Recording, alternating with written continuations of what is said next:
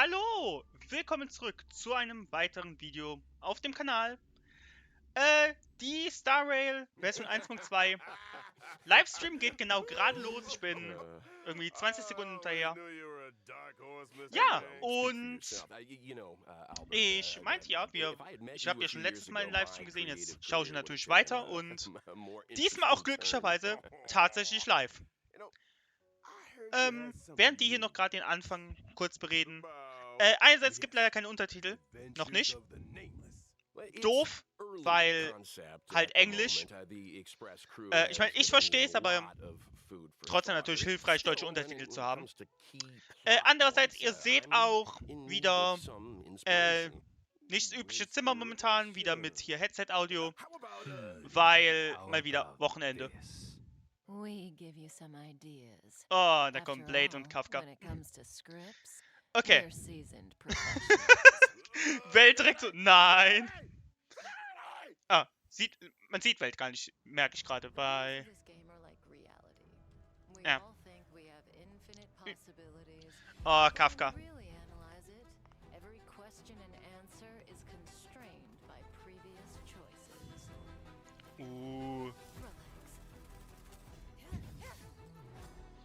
Ah. Ich freue mich. Ich freue mich auf Kafka. Ich will ja mein Damage over Time Team bauen.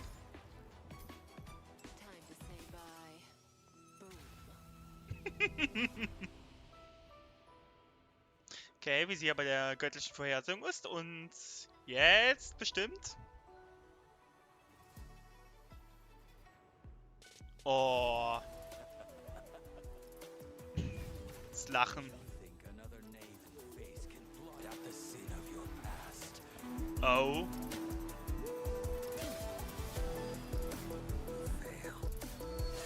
Musik auch. Oh. Da ist er. Alter. Oh. Oh mein Gott. Oh mein Gott, die Gegner, die Umgebung. Die beiden kämpfen.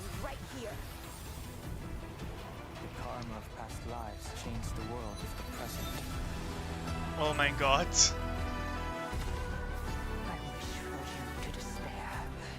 Oh. Oh. Even mortality ends. Even immortality ends. Und der erste Code. Oh mein Gott, wie cool war denn das? Okay. Ich kann zu live springen, weil Code wird wahrscheinlich ein bisschen da geblieben sein. Ja. Oh mein Gott, wie cool. Die Umgebungen. Hier werde ich gleich nochmal hingehen, aber boah, die Umgebungen und dann hängen in der Drachenform. Ich habe halt schon ein paar Leaks und Spoiler generell mitbekommen, leider.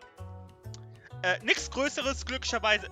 Beziehungsweise eine größere Sache habe ich vielleicht mitbekommen. Aber ja. Oh mein Gott, wie cool. Schade, dass keine Untertitel da sind. Good morning, good afternoon, Das and good Kissen. evening. I'm your buddy Albert, and welcome to the version 1.2 Even Ich Immortality bewege mich Ends mal mit meiner special Cam ein bisschen program. hoch für einen Moment. Today, we have 3 special guests in the hot seats. Introducing... Hey guys, Ich kenne I'm auch das Cheryl Boss-Design. Texera, and I voice Kafka. Hey there, Ooh. I'm Damon Mills, and I voice Blade. Hi, folks. My name is Corey Landis, and I voice Welt. Der Unterschied bei it's Welts great to Voice. have you with us. Man, that trailer was a roller coaster. Corey, your thoughts? Whoa, me already? Okay. It looked like various factions were getting ready for battle. I think we're one move away from a serious showdown here. Agreed. It was cool to see some Ich new frage mich, ob schon der environments and Bosskampf enemies, too. I better get my team diese in order. nächste Edition kommen wird You're gonna gegen need to, my die friend. Lady hier. In version 1.2, the Xianzhou Lao Fu will face a setback that threatens the fate of the whole alliance. Ich gucke übrigens ab und an hoch, weil da mein Aufnahmeprogramm ist. Falls ihr euch wundert, warum ich so immer mal wieder schaue. Where a decisive battle with the one responsible for the Stellaron disaster awaits. Not to mention, Oh. Don Hung finally gets reunited with the Astral Express crew. Don Hung's journey has been longer than most could imagine. Care to elaborate, Damon? I didn't say anything. Der Unterschied, Come on. hier, wenn Blades kleiner Chibi spricht, und einfach die Stimme. Editors, Cool. cut it out. What was I gonna say? Oh, right. The story left off on a bit of a cliffhanger last time. It sure did. Yeah. Why did Jing Yuan deploy those forces? Who is he trying to catch? And what about the Stellaron hunters? Where did they go after escaping? Well, who says they went anywhere? Cut that out too. I'm sure all these questions will be answered in the upcoming story. Now, aside from Trailblaze mission updates, version 1.2 will see new characters coming to the war. First on the scene, Oh. Blade. Oh, Blade. Okay, Blade ist wirklich als erstes. Also, der erste 5-Star auf dem Banner. Da hieß es zuerst, habe ich irgendwie mitbekommen, es wäre Kafka und dann jetzt doch Blade. Für mich cool, weil ich werde Blade nicht ziehen, aber ich weiß schon, dass meine Freunde eher Blade ziehen wollen und für die ist natürlich jetzt ein bisschen blöd, weil vor allem mit Lucha I have zusammen a ist question Blade for gut. Damon. If, say, there were 5 people, would I be one of them? I don't know. Yeah, me neither. Oh. Don't look at me. I don't know anything about anything. Okay. Stellaron Hunter, Swordman who Well, abandoned his, I'm pretty sure I'm abandoned not his one of body the to 5 become a people, Blade. but here is a Birthday, fact name for you. unknown. Whenever Blade gets scary, it's the Mara flaring up. Isn't Oh! he always scary? He usually does what I tell him. I should probably unpack that a little. Blade relies on Kafka's spirit whisper to suppress the Mara inside him. Yeah, that's what I Oh. meant to say. You know, most of the time, Bladey's a nice, Oh, quiet boy. interesting. He's not a strong communicator, that's for sure. I'm pretty sure half my recording sessions have focused on 2 sounds. Number 1, Number 2, I can believe that. Aber interessant schon, dass It's Kafka strange that quasi a Blade unter lone Kontrolle wolf hält. like him would wanna Halt team up with wirklich, the wirklich. Stellaron hunters. Ziemlich cool. Unless Kafka's spirit whispered him into it. Kafka was more of a go-between. The real reason Blade joined was because Elio promised him the outcome he desired. Outcome? Meaning vengeance? Look, a certain someone on the Express has been having nightmares about this guy. Not just vengeance, a funeral. A funeral. His own, to be precise. Through unexpected circumstances, Blade became immortal. His body recovers from the worst of sicknesses and the gravest of injuries, even from death itself. Oh, Those bandages aren't for das ist show. interessant. For Blade, immortality isn't a blessing. It's a curse that follows him wherever he goes.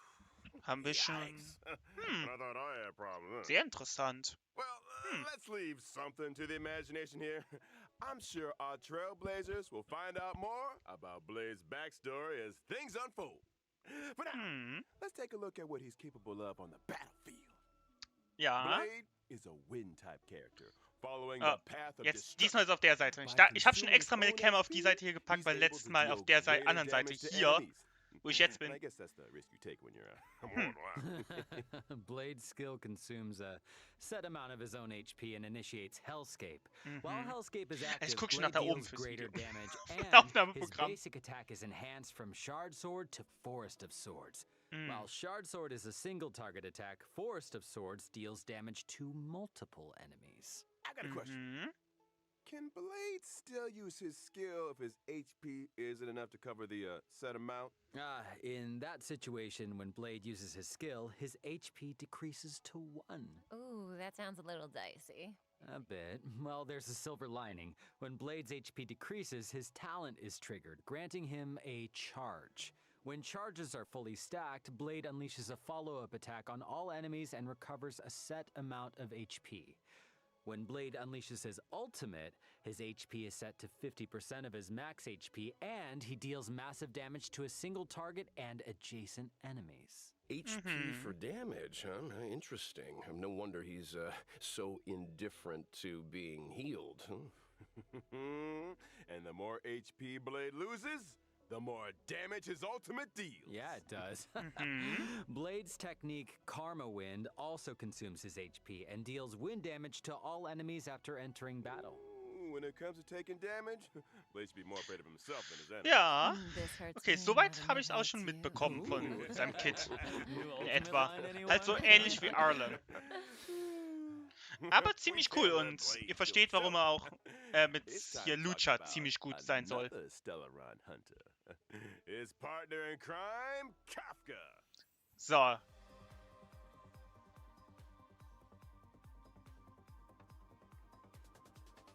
Ich bin gespannt. Es gab von den Leaks, wie ihr Kit funktionieren soll, habe ich sehr viel gelesen, dass da Änderungen immer wieder kamen. Und vor allem, wir haben sie am Anfang des Spiels kurz gehabt. Ich bin echt gespannt. Boom. Kafka's a familiar face at this point in the story. She was the first person the Trailblazers set eyes on, and meaning Kafka must have been there for the Trailblazers' first words, the first step. No wonder so many players are calling her. Okay. I don't think that's gonna get past the editors there, Albert. Look, what I am interested Wie in schön is das this. Welt so. Oh, no, Since hör Kafka auf, hör appeared auf. on her to space station, she's managed to implant the Trailblazer with the Stellaron, hijack the Express's signals, and draw the crew onto the Cienjo La Fu. It almost feels like she has the Trailblazer's destiny in the palm of her hand. It's like Kafka said, when it comes to scripts, the Stellaron hunters are seasoned professionals. Well, that might be the case, but that's not to say the Trailblazers' choices aren't important. What's a script without a director? Reach the end of the story in your own way. Got another question. Why did Kafka join the Stellaron Hunters? Ooh. So, Kafka was born on Terriez 5, a planet that knows no fear. And literally, Kafka is unable to feel the emotion fear, and therefore cannot comprehend the value of life. When Elio Interesting. promised to bring about a change for her, she signed up without a second thought. Now, for someone who can't feel fear, she's pretty great at making others feel it. This scares you more than it scares me. You want me to use my spirit whisper on him, Albert? Yes. No. I mean, let's move on to Kafka's combat, shall we? Oh, yes. I thought you'd never ask. Ah, ich bin So gespannt. Kafka So. is a lightning-type character following the path of nihility, and she can deal additional damage over time to enemies. Her skill deals lightning damage to multiple targets. If an enemy is afflicted with DOT, they receive an additional bout of DOT damage. That is to say, if Nice. an enemy is already afflicted with DOT, they receive additional damage both during their turn and after Kafka's attack. That's right. Not to mention, additional Nice. damage doesn't replace existing DOT. I mean, did you think Kafka was gonna take it easy on him? Come on. And separately, after an ally uses a basic attack, Kafka will launch a follow-up attack. Kafka's ultimate, on the other hand, deals lightning damage to all enemies with a chance of shocking targets and immediately dealing additional damage to those Nice. already Ja. shocked. Kafka's technique can attack all enemies within a set range and Oh. deals lightning damage to all enemies Oh, das ist after cool. entering battle. Und da sehen wir How Luca schon. elegant. Well, she Nice. likes elegant things. And there's a certain elegance Wird aber to interessant, mehrere combat. Gegner auf der Map anzugreifen. Kafka's abilities are kind of terrifying. Her enemies are like flies trapped in a web, slowly taking damage until. Boom. Ooh, hey, that was pretty good. Yeah, from HP sacrificing maniacs and emotionless sociopaths to the coolest kid on the block. It's time to introduce our next character. What? Hey, that is a little harsh. Also, since when did Welt become the coolest kid on the block? Think again. I'm talking about the born and bred Bellabog hero, Luca. Oh, come on. So. Yep.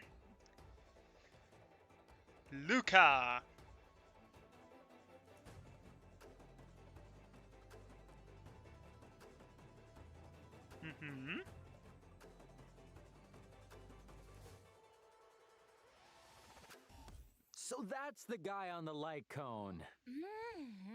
He looks a Ich bewege mal little kurz meinen different on Cam the weg. light cone. Luca is an underworld fighter that goes by the moniker Luca Strongarm. He's Luca a member of Strongarm. Wildfire and apprentice to Oleg. Wait, doesn't the underworld have a fight club? I guess that must be where Luca spends his time. Oh, you better believe it. Ach, In er ist sogar fact, ein Mitglied von he's Wildfire. the Ich dachte Fight schon. Club champion, and not only that, he's also a reliable operations consultant for the moles. So he's with the moles, huh? Does Luca know he's a member? Probably. The kids of the underworld look up to Luca in a big way. And the reason he fights is to set a good example of dedication and discipline. And speaking of fighting, let's take a look at him in action. Luca is a physical type character following the path of nihility. After multiple attacks, he's able to launch an enhanced basic attack.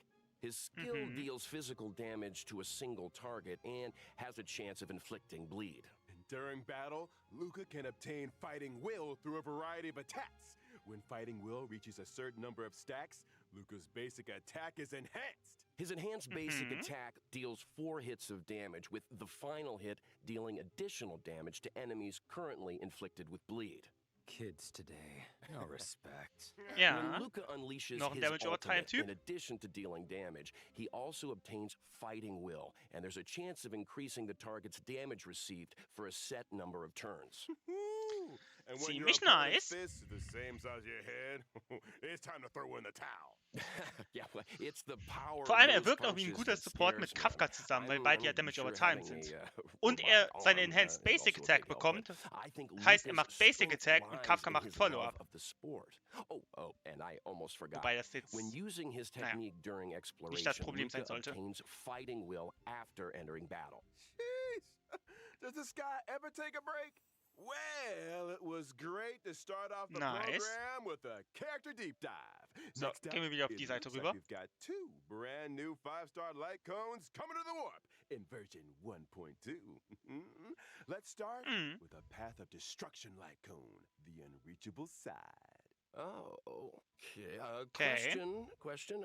The Paradise Blade mentions in his ultimate Wahrscheinlich der line, Tod. Is that where he's standing right there? I don't know what paradise means to you, Corey, but a barren sword-filled wasteland isn't my idea of a vacation. Speak for yourself. Here's a fun fact. Each of those swords had an owner, and Blade was the last one to see them alive. Oh, whoa! Ah. So he killed them for their swords. Only a brutal, calculated, jealous mind could do something like that. The maniac and sociopath segment is over. Moving swiftly onto a 5-star path of Okay, sagen Nihility nichts light cone. genaueres über die Patience is all you need. Here, Light we Cones. see, Werden wir gleich noch, resident wenn es klappt, auf die sociopath Website again. gehen und uns anschauen, was die Lightcoins so machen. Weil mich Well, looks interessiert mich like, sehr, vor allem Kafkas Kafka's, natürlich. Waiting for the main course to arrive there, huh? What do you think's on the menu? You wanna guess? What are you looking at me for? Come on, nobody eats out, right? During the Macht Sinn. first Die phase of Interaktionen version sind süß. 1.2 in the character warp, a lost soul. Trailblazers can obtain the Gutes limited Banner halt, 5-star Blade. character Blade. Aber vor allem During auch the same phase, in the light cone noch backcourt, Natascha, Arlen, the drop Sushant rate of dabei. the Arlen 5-star hat sein light erstes Mal cone, einen the Banner. unreachable side will be boosted. And during the second phase of version 1.2 in the character warp, Nessun Dorma. Das habe ich halt gesehen, dass das Banner sein soll. Und das ist halt tatsächlich halt einfach Kafka als so Damage over Time Queen und dann einfach nur Damage over Time Charaktere dabei halt. Luca, Serval, Sampo, also Serval ist nicht direkt Damage over Time, aber sie macht ja trotzdem auch einen Schock auf Gegner. Und einfach, sie wirkt halt auch mit Kafka zusammen gut, weil sie Serval tut ja okay, wenn wir jetzt genau Pause haben. Serval tut ja die Dauer von Schockstatus verlängern. Und halt ansonsten auch Luca, wie gesagt, Damage over Time.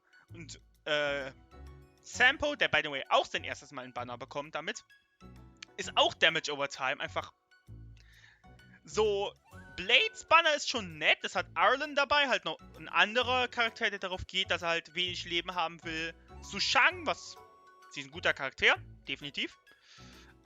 Und halt ein Heiler mit Natascha. Auch das zweite Mal schon, dass Natascha ein Banner hat. Was auch gute Charaktere sind, aber halt einfach das zweite Banner von Kafka halt einfach so. Alle Charaktere passen, um mit ihr zusammenzuarbeiten. Richtig cool. So einfach, ich glaube, selbst wenn ich Kafka irgendwie bei meinem ersten Zug oder so bekommen werde, ich werde ja wahrscheinlich versuchen, auf sowohl Kafka als auch ihren Lightcon zu pullen. Okay. Aber auch weiterhin auf ihr Banner pullen, selbst nachdem ich sie habe, einfach weil die Four-Stars so gut sind. Boss Battle. Oh mein Gott. Okay. Ach, ich bin so gespannt auf den Bosskampf, vor allem auf die Musik. Is that where the Xianzhou makes its medicines, or...? Ooh, you got it! The Alchemy Commission is one of the 6 commissions of the Lafu. And, for no prize whatsoever, can anyone name all 6? Oh, yeah, let's see. The Alchemy Commission, the Divination Commission. The Skyfaring Commission, the Artisanship Commission, the Cloud Knights... Oh, shoot, what was that other one? Drum roll, please! The Realm Keeping Commission! Oh, that's right, that's right. The Alchemy Commission used to focus their efforts on the way of immortality, but these days, it's all about medical research and treating diseases. Now, the Trailblazer came Sieht face nett to face aus. with some Alchemy Commission folks in Exalting Sanctum, but things seemed a little off. I don't want to create more work for the editors, but I have a theory that the reason why that... Adjacent to the Alchemy Commission lies Scale Gorge Waterscape. Oh, was war das gerade? Ich habe gerade die Statue am Ende nur kurz gesehen. Hab nicht drauf geachtet, genau, aber das gucken wir uns gleich nochmal an. Along with the Alchemy Commission and Scale Gorge Waterscape come new puzzles. New puzzles! Seems like Trailblazers will face a lot of new challenges on the road to the Ambrosial Arbor. I can't wait. Oh, Owlbert, are you making Corey read off the teleprompter? Puzzles are the only new challenges Trailblazers will be facing in these areas. Neue Gegner, schätze ich mal? Monsters afoot. Ja. First up, a creature of indomitable size and destructive power, the Malefic Ape. Das sah so ein bisschen aus, als hätte er ein Schild gerade An gehabt. entity rid of the burden of humanity that has remodeled itself in the way of immortality. Das wirkt so ein bisschen einfach wie diese Hexen aus... Yen Ching? Why would the General's Belleborg? aides attack a Was? Cloud Knight Lieutenant? All will be revealed in the version Wir kämpfen gegen Yang 1.2 Chi... story. Was? I think we skipped an enemy, Albert. You mentioned a boss lurking on the Okay, Xianzhou Law Fu. das wird er nicht erzählen, schätze ich mal, oder? Oh, how could I forget? Okay, doch. Ich dachte, es hätten sie jetzt... Es ist wirklich der Boss. Oh, ja. Dann ist vielleicht wirklich schon das Main-Finale des Akts.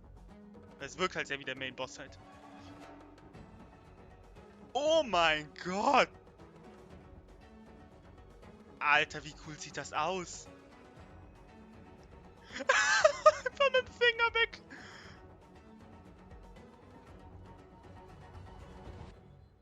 Hold on your hats, folks. Alter! Dying, wielder of the power of both the destruction and the abundance. In her first Oh! phase, she summons Jemand, der abundance zwei Pfade lotuses, gleichzeitig which hat. restore her HP and reduce the player team's skill points.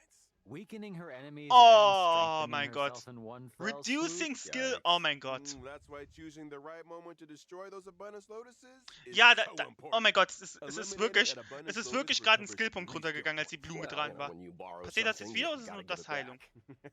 Now, in Okay, her nee, das... second phase, Phantilia uses her destruction Oh power mein Gott. to summon destruction lotuses. These Alter! lotuses reduce ally max HP and when in bloom, deal damage to a single target. So, should we just wait for them to Max stop HP booming reduction. before we take them out? No, I Alter. The power of the destruction is as Wie simple cool as sieht that. das vor allem Oh, aus? you're not wrong, Cheryl. Da komme ich When gerade the nicht drüber lotuses hinweg. aren't in bloom, their toughness doesn't receive damage. As such, Trailblazers should seize the moment when the flowers are open to break their weakness. And finally, in the third phase, Phantilia goes golden. What terrible trick does she have up her sleeve? Alter. I'm afraid Trailblazers are gonna have to wait to find out. I'm curious. Okay. Where did Fantilia even come from? Alter, sieht How das cool come aus. she can use the powers of the abundance and the destruction? Gute I Frage, hate to be gute that Frage. guy again, but all will be revealed in the version 1.2 story. Anyone here getting deja vu? Hey, I can't go spelling all the beans. When the main story combat draws to a close, Fantilia the Undying will join the Okay. Echo of War and drop the advanced trace materials required for Blade, Kafka, and Luca. Okay. Of infinite Also, And wichtig a schon quick mal reminder, zu Trailblazers, sparen, um Echo of Kafka War has a aufzusparen. limited number of weekly rewards, so don't forget to plan ahead. Also, in version 1.2, Stagnant Shadow, Shape of Celestial, is arriving, which drops the brand new character Ascension material, Ascendant Debris. This is also the Ascension material required for Blade. Well, if I'm not mistaken, it's time to Aber talk nur für about Blade. version 1.2 events. Ooh, I've been waiting Events. for this segment. Jetzt Let's bin ich start gespannt. with Die ersten Events waren so Tales of gut. the Fantastic. The crisis on the Main Cienjo event? Laofu has subsided, and the feats Oder? of the Nameless can be heard on every street corner. Starskiff Haven storyteller, Mr. Cien, is interested War in es the nicht Main Astral Event? Express's Kann tale, sein. eager to Nee, work sollte his nicht das Main Event sein, storytelling glaube ich. magic. Oh, yeah, the storyteller. I'm familiar with him. I wonder what he'll do with the Trailblazers story. His artistic license and collage editing bring all kinds of tales to life. Well, that's Mr. Cien, all right. To spruce up the tale, he's given us a set of protagonist models. Protagonist models? Mhm. What's that? I hear it's kind of a magical object invented by one of the scriptwriters at the Emergent Club. It industrializes the scriptwriting process. As long as you follow its guidance, you'll be able to captivate an audience with your storytelling. What? To unleash the full potential of the protagonist models, the Trailblazer must accompany Mr. Cien into the past and visit historical battle locations. Now, Es hört the sich name sehr interessant an. might be Wir a spielen den little dull, Vogel. but don't underestimate the protagonist models. Different combinations have different effects. Once Okay, the muss ich mir gleich protagonist noch mal models have been durchlesen, aber properly refined, Legend of the interessant. Trailblazer can be a runaway hit. Oh, this sounds like a fun event. Es hört sich there's sehr more where interessant that an. came from. The next event is called Underground Treasure Hunt. Okay, das ist das The Main Event, Underworld ja. Appraiser, Bellaway the Miner's Allein Lamp weil is making a Self-Embodied Resin comeback. weiß. They say that in Belobog's Great Mine, ancient ruins have been discovered where many rare treasures and relics are waiting to be identified. However, according to the senior treasure hunter Axe, there exists a space beneath the ruins where relics of even greater value may be found. The only thing is, the road to the ruin depths is filled with all kinds of danger. Treasure hunters must steel themselves and explore sealed areas in order to progress deeper into the ruins. I'm sure these sealed areas are full of hidden treasures, but Oh mein there's Gott. always a catch. Surprise and danger rolled into one. I'm sure Kafka would get a kick out of this. Treasure hunters will need endurance, courage, and insight if they want to succeed. It's almost certain that the sealed areas will contain enemies, but supplementary items and keycards to other Alter, sealed areas von dem, are was ich jetzt secrets gerade to sehe, ist wirklich... progression. Oh mein Gott. This is a solo mission, right? It sounds like a tough challenge to take on alone. Oh, they won't be alone. During exploration, treasure hunters can be sure to run into familiar faces. Let's hope that we're happy to see them. So do treasure hunters get any kind of special rewards? Of course! In the Underground Treasure Hunt event, aside from the usual Stellar Jade, treasure hunters can obtain the themed Where's the Rabbit chat box. Isn't the rabbit in the chat box? It's a treasure chest. What I'm trying to say is, the theme of the chat box is called Where's the Rabbit? Okay. So the rabbit's in the treasure chest, right? In version 1.2, the message and chat box functions will be enabled for the first time. Trailblazers can obtain and swap between chat boxes. And I'm not just talking about the friend chat screen. I'm talking about the game's character interaction chat boxes too. Oh, I love the rabbit Oh, design. das ist It seems like cool. something Clara would like too. So cute. Yeah, so cute. Do you think Svarog could have designed it for Oh. her? Maybe? Interesting thought. Safe to say that chat boxes will continue to get updates. Trailblazers will be Nett. able to view and swap between those they already have, as well as view those they've yet to obtain. Das ist On cool. to the next events. Where are you, Mystery Trotter? This really is the version of missing creatures, isn't it? The good news is, all of them can be found. Regan of Bellabog has come across a new scientific research gadget. Der Homemade Typ. sensor number 223. The device is able to detect mysterious coordinates that display abnormal readings. I recognize that abnormal reading. Isn't Oh. that just a trotter? Oh no, don't tell me that we have to fight it. I mean, sure, it's a little scary, but it's cute, right? If I told you it dropped Stellar Jade, would that change how you feel, maybe? Oh, yeah, that thing's bacon. Yeah. Sorry. You know what's tastier than bacon? Yep. What? Forgotten Hall updates! In version 1.2, Oh. the brand new memories of Cienjo, the Voyage of Novice Trigger. Da bekommen wir sie her. Yeah, now we're talking. Nice. That's not all. After clearing the Forgotten Hall Memories of Cienjo Stage 1, Trailblazers can obtain the 4-star character Yukong. Ooh. Cool. In addition to the Forgotten Hall, the simulated universe will also be receiving an update Noch eine in the Hörter. form of World 7. And the brand new planar ornaments, Rutulent Arena and Broken Keel, will be added to the World 7 immersion device. Wow. And the Ooh. ride doesn't stop there either. Interesting. In version 1.2's Planar Fisher event, Ah, Trailblazers nice. that successfully challenge the simulated Nice, universe nice, can nice, obtain nice. a Wieder set doppelt. amount of double planar Das ist ornament gut. rewards. Das ist- Meanwhile, in the Alchemy Commission's Cavern of Corrosion, Trailblazers can Oh, obtain the neue brand Reliktset new ist cool. Cavern relics, Longibus Max Disciple, HP. and Messenger traversing hackerspace. Nice. And finally, in 1.2's Realm of the Strange event, Nice. players that successfully challenge Nice. the Cavern of Corrosion can obtain a set amount of double Cavern relic rewards. Okay, das ist sehr schön, doppelte Rewards zu bekommen. I think we're gonna pass out for a while. Over to you guys.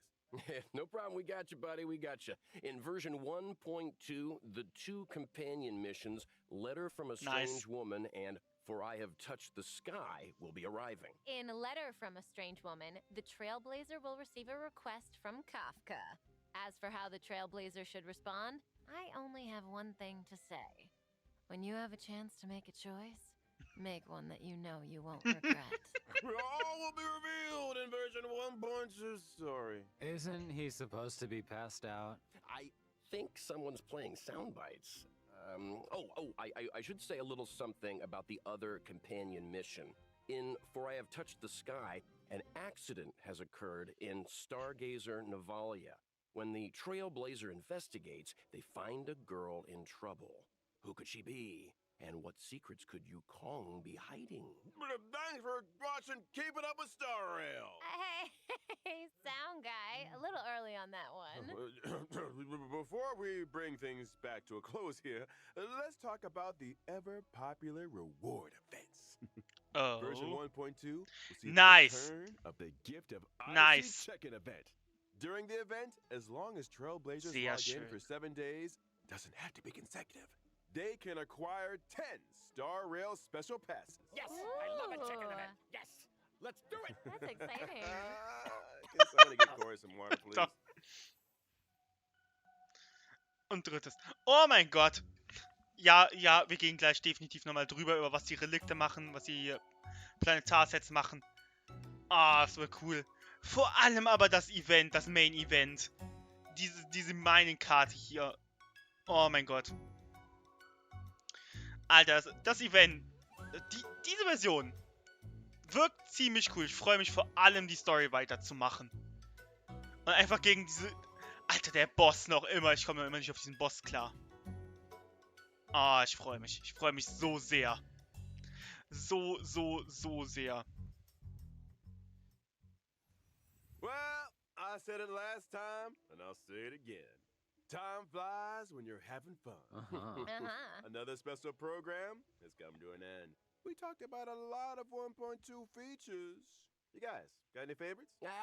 Gotta be that boss fight for me. When the crew fought the Doomsday Beast and Cocolia, Welt was watching from the sidelines. This will be the first time we see him on the battlefield. So Ooh. watch your Stimmt, back, das auch. Fantilia. I'm excited to see more of Blade. Heck, I recorded enough fighting efforts to lay down an album. We better get some fight scenes, come on. Not to mention, it seems like him and Danhung are finally about to meet. Something tells me they're not gonna settle things over a cup of tea. Uh-oh. As for me, Wahrscheinlich it is nicht. all about Kafka.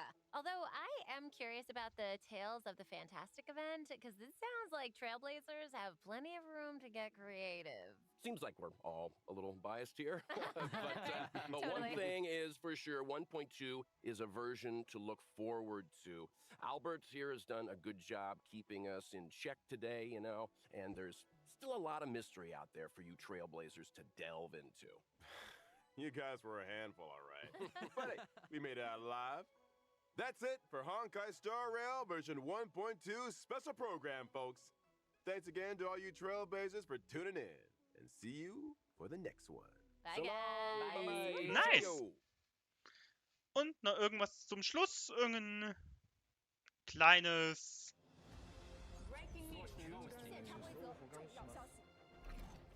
The Interastral Peace Corporation has just declared the latest galactic bounty hunt. What the calling fu... for the capture of the Stellaron hunters. According to reliable sources, Kafka and Blade are expected to appear at the upcoming Cosmic Refreshment Supplies event, which poses a high risk of destruction.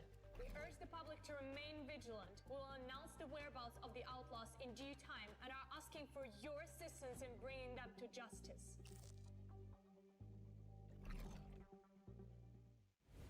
Ha! Cool. Ich weiß nicht genau, was das wird. Ob es irgendein Web-Event wird oder so, einfach. Ha. Ist schon zufällig die...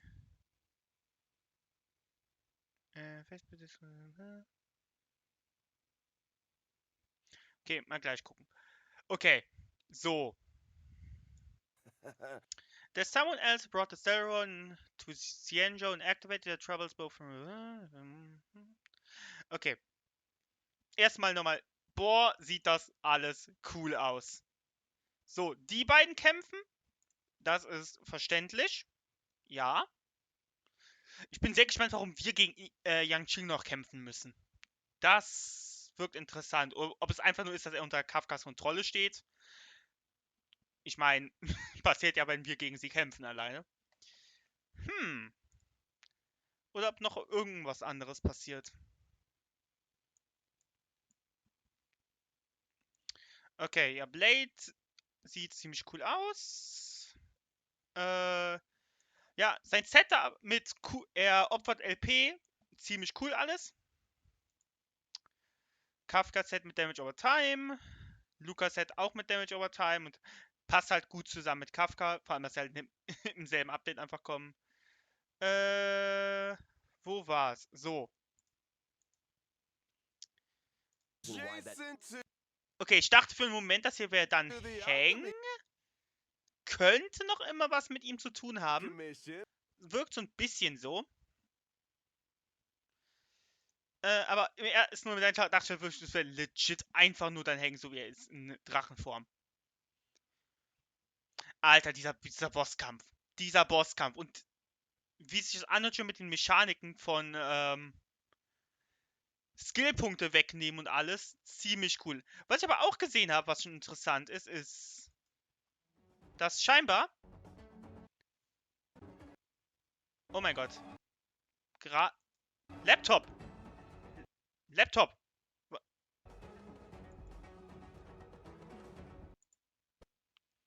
Okay. Mein Laptop ist... Mein Laptop will gerade nicht. Moment.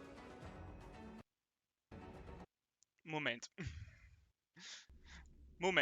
Kurz resetten. Kurz Laptop wieder auf Speed bringen. Jetzt ist auch ein Video. Und nicht mehr der Livestream. Okay. Stimmt. Wo war ich? Ja, auch die Puzzle wirken interessant und die Tatsache, dass wir gegen Yang Qing kämpfen. Aber vor allem der hier dieser Affe wirkt so ein bisschen... Wo ist es? Hier, er hat so ein Schild. Das ist interessant, dass er halt so ein Schild hat. Ich frage mich, wie das funktioniert. Ob das einfach so ist wie die Roboter, die einfach so einen Treffer ist einfach ignoriert. Oder wie zum Beispiel die Warp Trotter im Simulated Universe, die eine gewisse Anzahl Treffer aushalten müssen. Oder ob es irgendwie was komplett anderes natürlich ist. Aber interessant. Und die, nicht, ja, die Ladies hier, gegen die man kämpft, sehen einfach exakt so aus wie die Gegner, die man in Belleborg bekämpft, die hier die Geister des Fragmentums, nur halt mit dem Xiangzhou-Design. Also es wirkt ein bisschen sehr gerade einfach, als ob sie einfach Generals reused hätten. Wo grundsätzlich nichts verkehrt daran, Design zu reusen, aber es wirkt halt einfach sehr, hätten sie einfach dasselbe genommen. Bisschen zu sehr im Moment. Boah, der Bosskampf aber. Okay, und ich finde interessant, man sieht, hier verliert man einen Skillpunkt, obwohl es der gegnerische Zug ist. Also, ja, wie sie meinten, klauen Skillpunkt. Aber hier besiegt er ja scheinbar die Blume. Und... Ja, okay, reden sogar drüber. Habe ich gar nicht mitbekommen. Man kriegt die Skillpunkte wieder, wenn man sie besiegt. Schätze ich mal auch bei den Blumen, die Max-HP wegnehmen und man kriegt dann die Max-HP wieder. Alter, wie cool sieht dieser Bosskampf aus. Ich muss den vor allem auch machen, damit ich schnell Material für Kafka sammeln kann. Okay. Dann das erste Event.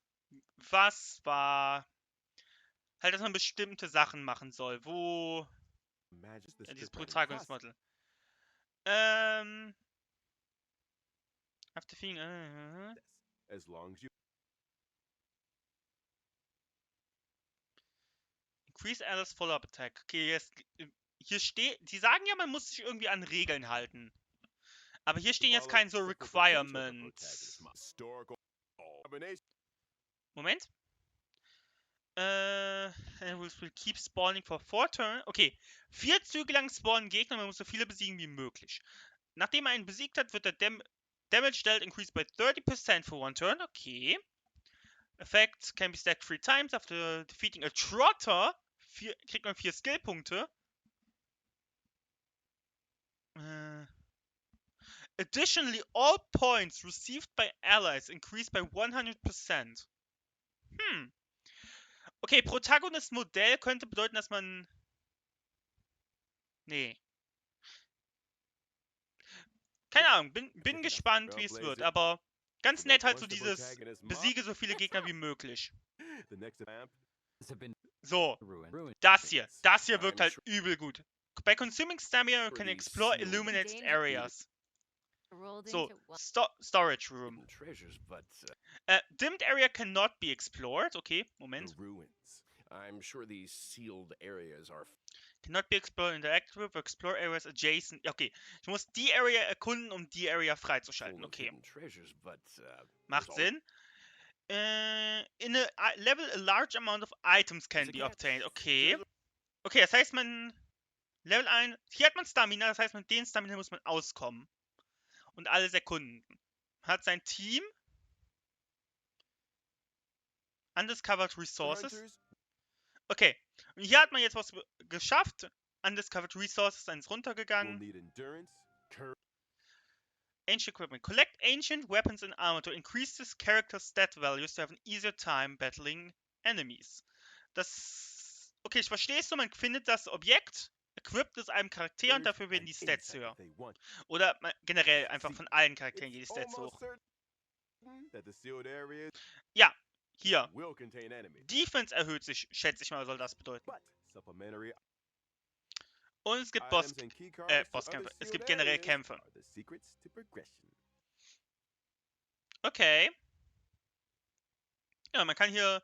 Das hier ist, schätze ich mal, einfach 20% mehr Angriff, 3% mehr Verteidigung und was auch immer das gerade ist. Das kann ich gerade nicht einschätzen.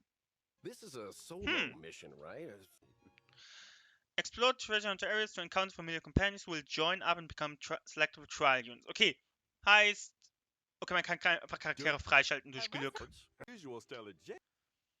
Level complete Surface Exploration for Ruined 5. Okay, einfach weit kommen. The rabbits in the Und die Textboxen sind halt süß. 223. So, speziell Trotter finden, besiegen, damit man Jade bekommt. Ja. So. Welt. Erstmal Forgotten Halls, Memories of Cienjo. Interessant, wie das dann sein wird. Weil es sind ja wieder diese blauen Erinnerungen. Ob man ein separates Areal dafür bekommt oder ob die blauen Dinger nochmal resettet werden dafür. Aber sehr schön, das, was die Rewards Brand sind. new Freue ich mich memories sehr. of Cienjo. That's not all. After clearing the Forgotten Hall, memories of Yukong. Cienjo, Nice. inner ornaments, So. Two-Piece. Moment, wurden die nochmal genauer gezeigt? Nee. Two-Piece. Stimmt, gibt auch einen. Increase the wearer's crit rate. When the crit rate is equal to or greater than a certain percentage, the wearer's basic attack and skill damage increase. Ja. Crit-Rate dazugekommen und wenn die Crit-Rate hoch genug ist, erhöht der Basisangriff und Skill Damage. Ganz nett, denke ich mir. Es ist halt so, es gibt ja jetzt schon ein Set, was Crit-Rate erhöht. Und dann, wenn man genug Crit-Rate hat, Follow-Up-Damage erhöht. Das ist halt jetzt so ein ähnliches Set, nur wenn man halt nicht Follow-Ups hat. Und das erhöht die Effektresistenz. Wenn die Effektresistenz hoch genug ist, dann kriegen alle Allies Crit Damage. Das hört sich ganz nice an. Jetzt fällt mir gerade Lucha ein, weil Lucha hat irgendwie schon ein Talent, wie heißt es? Eine Spur, dass er eine Menge Effektresistenz bekommt. Ich glaube aber auch nur speziell gegen Control-Debuffs. Aber wenn man generell, es gibt auch für den Heiler generell für Abundance einen Lightcone, der eine Menge Effektresistenz gibt. Den nehmen zusammen mit dem, dann hat der Heiler extrem viel Effektresistenz, dass der Heiler halt nicht geblockt werden kann, was natürlich nice ist. Und er kriegt dadurch Crit Damage an alle Allies. Je nachdem wie gut das ist das halt ist natürlich richtig krass auf dem Ally, dass man einfach noch mehr Crit Damage hat. Kann ich mir ziemlich gut vorstellen. Also das hier oben ist wahrscheinlich halt so, schätze ich mal, je nach Charakter. Das da unten, denke ich, ist klar, alles nach Charakter, aber ich denke, das unten ist zwar, kommt sehr drauf an, wie viel Crit Damage man wahrscheinlich in the red, kriegt trailblazer und wie viel man braucht. traversing heck. So. Das hier. Increase max HP when the wearer is hit or the HP consumed by an when the wearer is hit or the HP is consumed by an ally, including themselves, the crit rate increases for a certain number of turns. Ja, Max AP dazu bekommen und wenn HP verbraucht werden, erhöht sich die Crit-Rate. Klar, ist perfekt für Blade, weil Blade verbraucht ja seine eigenen HP. Wahrscheinlich auf Arlen auch ganz cool, dass die Crit-Rate erhöht. Ich bin gespannt, um wie viel Crit-Rate und wie oft es stackable ist. Das wird interessant, weil je nachdem, wenn man da irgendwie 30-40% Crit-Rate oder sowas von bekommen kann, ist das ja übel krass. Kann ganz gut sein, definitiv. Aber ich finde auch interessant, dass es sagt, when HP is consumed by an ally, including themselves. Es gibt, solange ich gerade nicht blöd bin, keinen Charakter im Spiel, solange ich gerade absolut blöd bin, der HP von einem anderen Teammitglied wegnimmt. Es gibt Arlen und dann bald Blade, die sich selbst HP wegnehmen. Es gibt keinen Charakter, der anderen HP wegnimmt. Nur Charaktere, die sich selbst HP wegnehmen. Und selbst im Simulated Universe gibt es nur bestimmte Karten, durch die man sich selbst HP wegnimmt. Wie zum Beispiel bei Zerstörung. Interessant. Das könnte auch bedeuten, dass es in Zukunft Charaktere geben wird, die anderen Teammitgliedern HP wegnehmen. Das klingt interessant. Eventuell wird dann vielleicht ein Zerstörung- oder Tank-Charakter kommen, der irgendwie Verbündeten HP wegnimmt, aber dafür sehr viel Aggro bekommt, dass halt die Verbündeten verlieren Leben, aber werden halt dafür nicht angegriffen. Interessant. Interessant, wenn sie sowas machen. Okay, und das andere Set erhöht Speed when the wearer uses their ultimate, an ally. Speed for all allies increases by a certain number of turns. Okay. Wenn man seine Ultimate auf einen Verbündeten nutzt, das heißt, es ist nur an Support-Ultimates gerichtet, erhöht sich der Speed von allen Verbündeten. Das ist interessant. Vor allem, weil das heißt, dieses Set gibt denselben Effekt wie Astas Ultimate. Bestimmt ganz lustig, wenn man beides kombiniert. Aber allein das 2-Piece-Set von Increases Speed ist wahrscheinlich schon ganz interessant. Wahrscheinlich so für viele Charaktere, wo einfach sie nicht das 4-Set-Bonus von einem bestimmten Set brauchen, eine sehr interessante zweites Set, das man nehmen kann für Speed-Erhöhung, weil Speed eigentlich fast immer nützlich ist. Und für Leute, die das Team sowieso buffen, können sie hiermit den Speed auch noch mit buffen. Oder generell die Verbündete buffen. Also zum Beispiel, sag ich mal, ich gebe das Ting Yun und Ting Yun boostet auch noch gleichzeitig den Ally im Speed. Oder halt zum Beispiel auf jemanden wie Asta. Asta hat nochmal extra Speed. Bronja gibt irgendwie im gesamten Team auch noch Speed dazu. Kann auch, je nachdem wie viel Speed das ist, wahrscheinlich ziemlich krass sein. Und ich muss halt echt schon sagen, ich stelle mir gerade sehr lustig vor, dieses Set auf Asta zu packen und einfach irgendwie 200... Ja, das wäre sehr krass. 100 Speed einfach dazu zu bekommen, nur dafür, dass sie ihre Ultimate nutzt. So, und ich freue mich sehr, dass Yukong ihre Companion Mission direkt bekommt. Freue ich mich sehr. Will ich direkt spielen. Ich will Yukong auch haben. Ich bin sehr traurig, dass ich sie nicht haben konnte. Weil ich einfach auch sie nicht bekommen habe während dem Lucha-Banner und ich will nicht weiter pullen, weil ich Lucha nicht will. Aber ich bin auch sehr gespannt auf Astas Companion Quest und wenn Asta dann ebenfalls auf dem Express chillt, wird bestimmt ziemlich lustig. Vor allem Silberwolf ist ja noch so halbwegs naja, weil sie als Hologramm nur da ist.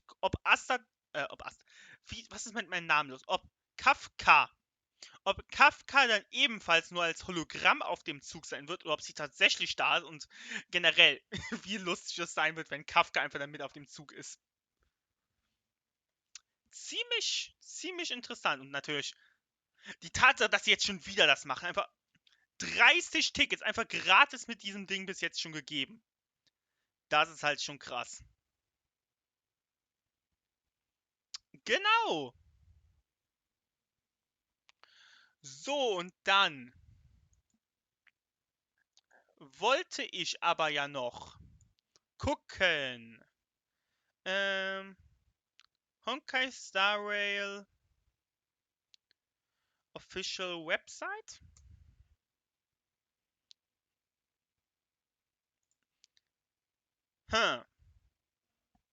Okay, wenn ich auf die offizielle Website gehe, ist bis jetzt noch immer nur das Zeug von Version 1.1 da.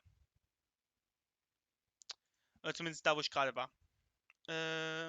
Ich gucke kurz. 1.2. Oh, da geht Ton los. Nein, bitte nicht. Scheinbar ist die offizielle Website von 1.2 noch nicht da. Oder zumindest sehe ich sie noch nicht, den Teil.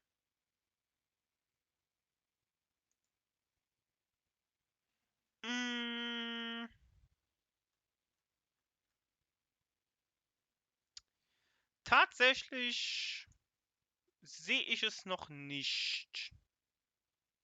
Ah, hat schon jemand die Codes gemacht.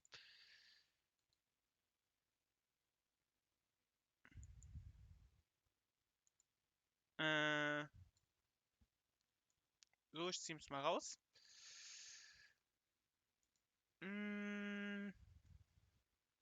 Nein. Noch sehe ich nicht irgendwo, wo ich nachgucken kann, was die Lightcones von Kafka und Blade genau machen. Schade. Schade. Hätte ich mir jetzt gerne noch zusammen mit euch gerade angeschaut, weil es mich interessieren hätte. Ja gut, ich finde was nicht offiziell ist, aber ja. Naja, gut, dann werden wir uns sie vielleicht irgendwann anders mal anschauen. Aber gut, das war's mit dem Video. Alter, ich freue mich so auf die Version. Der Bosskampf. Der Bosskampf. Holy shit, sieht der Bosskampf cool aus. Auch die neuen Gebiete an sich sehen schon cool aus. Aber holy shit, der Bosskampf und die Animation und Drachen dann hängen und... Ah, so gut, so gut. In Ordnung. Dann, wir sehen uns beim nächsten Mal wieder. Alter, ich freue mich so sehr aufs Update. Habe ich irgendwas verpasst, wann sie gesagt haben, wann das Update kommen soll? Ob schon irgendwas da stand? Naja, egal. Das war's mit dem Video. Wenn es euch gefallen hat, lasst einen Daumen hoch da. Schreibt mir auch mal sehr gerne, was ihr am interessantesten an der Version findet, worauf ihr euch am meisten freut. Ich halte natürlich einerseits auf Kafka, dass ich mein zweites Team vollständig bauen kann. Und ich freue mich sehr drauf. Ich hoffe, sie wird wirklich gut und man kann wirklich ein richtig gutes Damage-Over-Time-Team bauen. Und ich meine, Bosskampf habe ich so oft genug erwähnt, dass ich mich darauf freue. Aber worauf freut ihr euch? Schreibt es mir gerne in die Kommentare und bis zum nächsten Mal. Ciao!